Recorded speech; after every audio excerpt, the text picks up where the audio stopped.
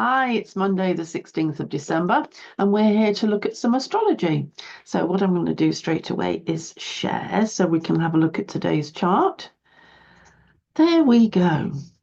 Right, I was looking around this earlier, and what I noticed was, there's not, now, this is what I said to myself.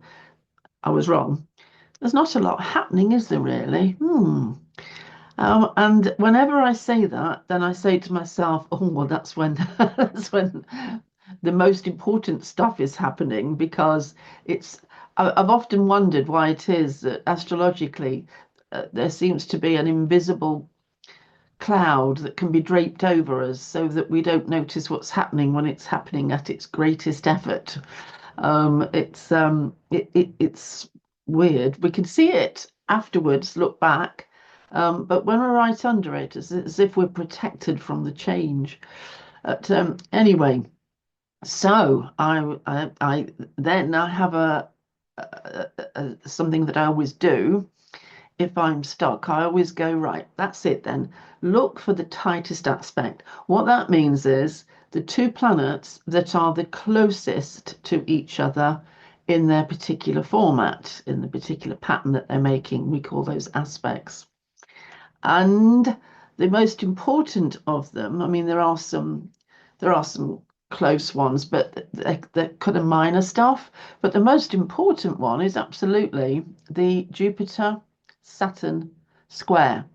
Okay, so I'll look at that on here. So we've got Jupiter in Gemini at 15, and we've got Saturn in Pisces at 13 and a half.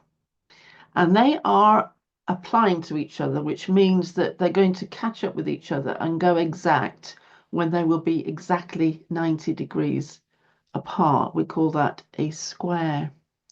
At the moment, it's 1.5 degrees away from exactness. So, I want to talk about this actually. I can stop sharing now. You've seen, oh, let me just cover a few things just in case you're a regular and you'd like to know these things. So the sun is at 25 degrees of Sagittarius. The full moon has passed and the moon has left Gemini and gone into Cancer, and it's now sitting at 12 degrees Cancer. Just a general before we start on the Saturn-Jupiter square. Not much in Earth. Very, very little in Earth. Uranus is in Earth, but to be honest with you, don't count that one. Uranus wants to break out, break free. So get out of jail quick. So Uranus will be bouncing in there.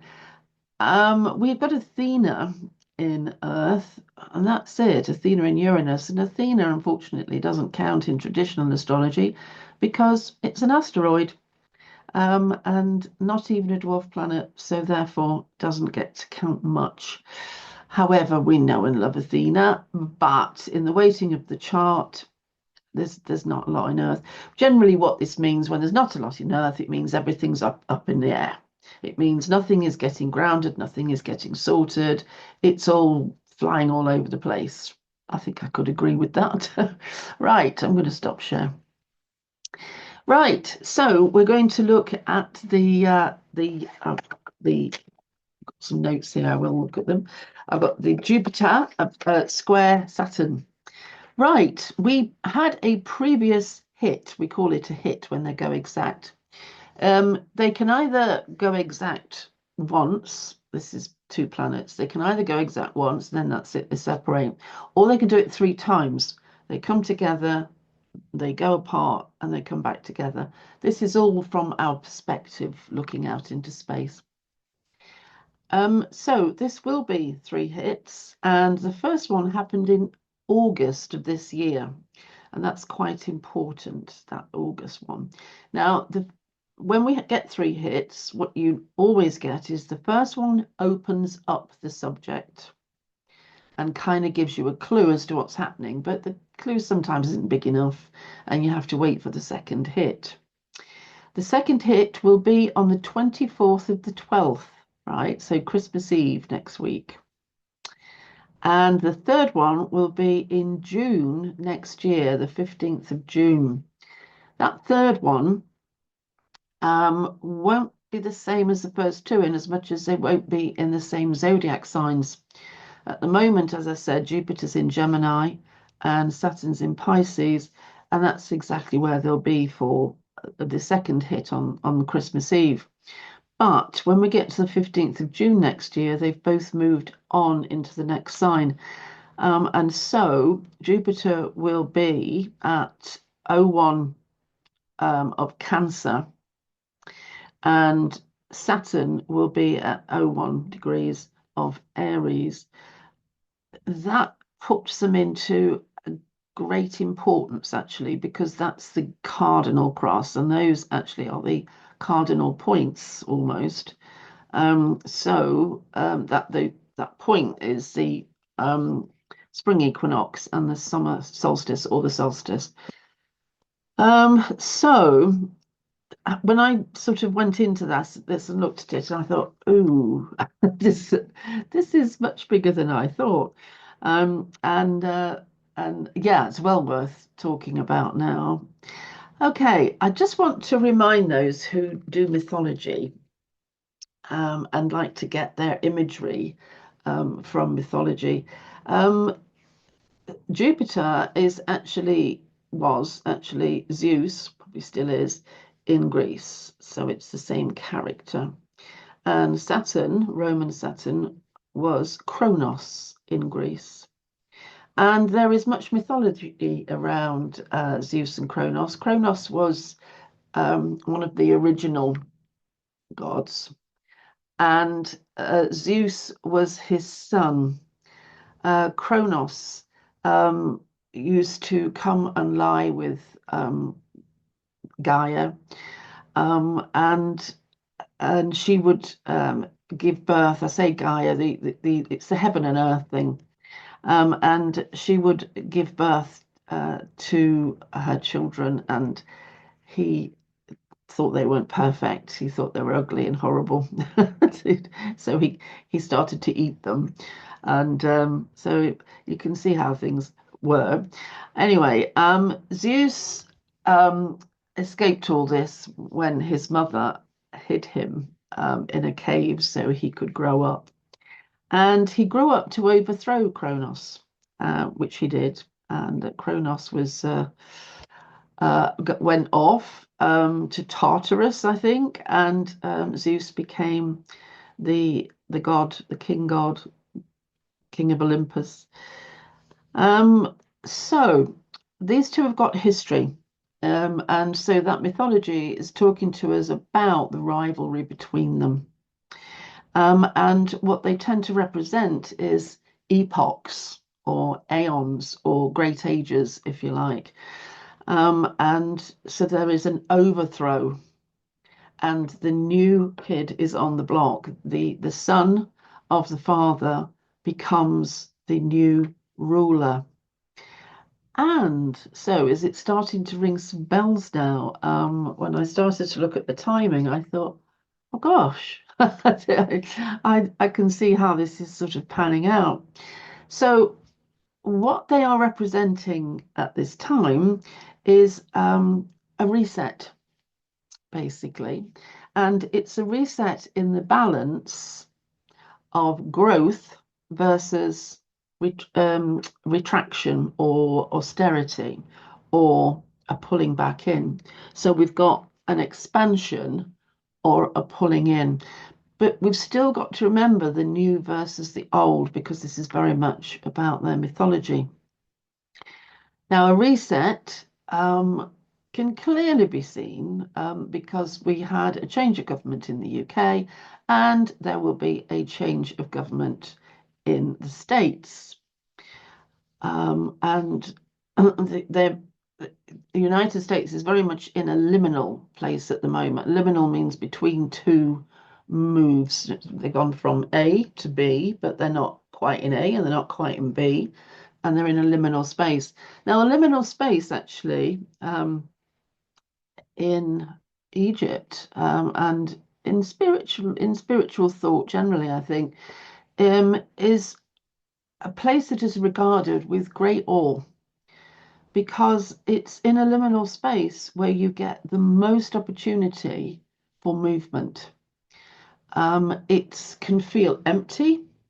It can feel without guidance. It can feel totally lost in a liminal space. But it is the most free that something can be because it's not being held by A and it's not being held by B. So there is spiritual thought which sees things like the sea meeting the beach. So the sea meeting land. The liminal space is between the sea and the land. And you could go into lots of the other things. Liminal space can be between dying and reaching the underworld, reaching the duat, the liminal space between the two for the soul. Anyway, the liminal space clearly at the moment is the fact that the United States is saying goodbye to the old leader and will shortly be welcoming a new leader, even though it's for the second time.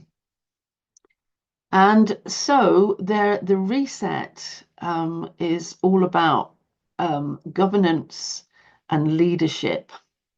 And we also have changes in other countries as well. You just have to look at South Korea, France. I mean, we've got this kind of usurping the young kid, usurping the old regime or the old establishment in quite a few places. Certainly so many places that it is changing the political environment or the political face of world politics. So a reset is exactly what we're in. So we've got law versus the establishment, for instance.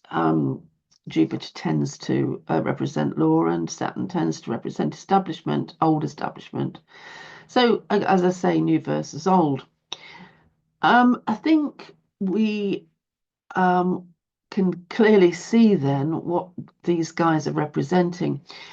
I think when it comes to June next year, the change of sign will take us into a new place very suddenly. Now, I can't actually see what that could be at the moment. What I think we have to do is get the second one out of the way because the second one tends always in three hits. The second one always tends to be the one where the action is. And the third one, the last one, always tends to be the one that lays everything down, puts it all to bed. That's it. There isn't going to be any more action. All the hits have happened. And so everything is put to bed until the two planets get to their next aspect, which in this case will be a trine, 120 degrees. And that will be late next year, I think. So there are some surprises yet. There are some surprises. I think there is something that can be remembered here, in as much as Trump coming for the second time is not brand new to the job and has had an opportunity to rethink how he plays things. He's had experience. And so I think that is something that will change his next reign. When he first got in, those years ago, I remember seeing in his chart that he would change. I kept saying, but this man is going to change. Well, he didn't seem to. Here we are, some 8 years on, is it? And I'm wondering, is this the time that he changes? We'll see. I don't, how much can you change, really? But what this is saying is that there is a reset. So we just sort of take that, and think about it in that respect. Something is changing in a huge way in the collective political scene. And it's all up for grabs at the moment because it's all in this liminal space. There might be intentions, and great, the planning needs to happen anyway if we're going to talk sensible government. However, um, we have a lot we have a lot going in this political space. But just here in the UK, for instance, just to talk about that, we have a government which has inherited an enormous debt. I'll say it like that. The debt is massive. They called it a black hole when they first took office. They said we've inherited a £66 billion debt or black hole. And so no government wants to start off trying to establish an atmosphere of austerity when everything is going to be cut in order to pay the bills that were probably, in all honesty, left from the virus, the pandemic, and the lockdown more than anything. That must have cost about 66 billion, I think. Everybody at home still getting wages, but anyway, whatever, we're left with it. And I think this is largely what it's all about as far as the UK is concerned. So, a difficult one, really. If the second hit is on Christmas Eve, the 24th of 12th, how much politics goes on at that point? I'm keen to see what happens then, because normally, we're on shutdown. In the UK, Christmas is bigger than in the States because the States has just had Thanksgiving, and so they've eaten all their turkey and their cranberry sauce and their Brussels sprouts and their roast potatoes. Well, we haven't eaten ours yet. We don't get ours until the 25th of December. But looking at the 24th, let's hope we do. No, it could be all right. It's just a reset. And it is a collective learning for certain. The zodiac signs involved mean that somewhere along the line that there was deceit, there was shrouds, things were being hidden, but at the same time there is putting on a face. There's putting on a face that says, "Oh no, everything's fine, we're all okay." And in actual fact, somebody is being fooled. There is a confident sort of blasé front to this in Sagittarius. But the Pisces bit suggests that what we see is not what we get. There's some illusion going on somewhere. However, these planets are probably going to bring about their own traditional outcome rather than take too much from their zodiac signs. It appears that they've got they're struggling. Well, actually, Jupiter is fine in Gemini because it doesn't get much resistance, but Saturn is not strong in Pisces. So Saturn, the austerity bit might not be working. The sort of like the pulling in, and a large part of the reset will be in difficulties because of the Piscean waters constantly going around and swirling and making things difficult to set into stone. Anyway, there we go. I hope that was useful. So I'm don't know if I'm going to see you tomorrow, actually. I think during the period coming up, the best thing I can do is just do maybe 2 or 3 videos a week, which actually I've probably been doing anyway. So maybe 2 videos a week because the numbers are going down, and that's because genuinely people haven't got time to watch all the videos that they want to watch. So if I do sort of less, then they become more important, and whatever time you've got is spent watching something that might be more worthwhile than just everyday chat. Okay, right. So having said that, it's lovely to talk to you today, and I probably will see you Wednesday. And I hope that you'll have a great time till then. And it's lovely to see you, and thank you for listening. Okay, thanks. Bye.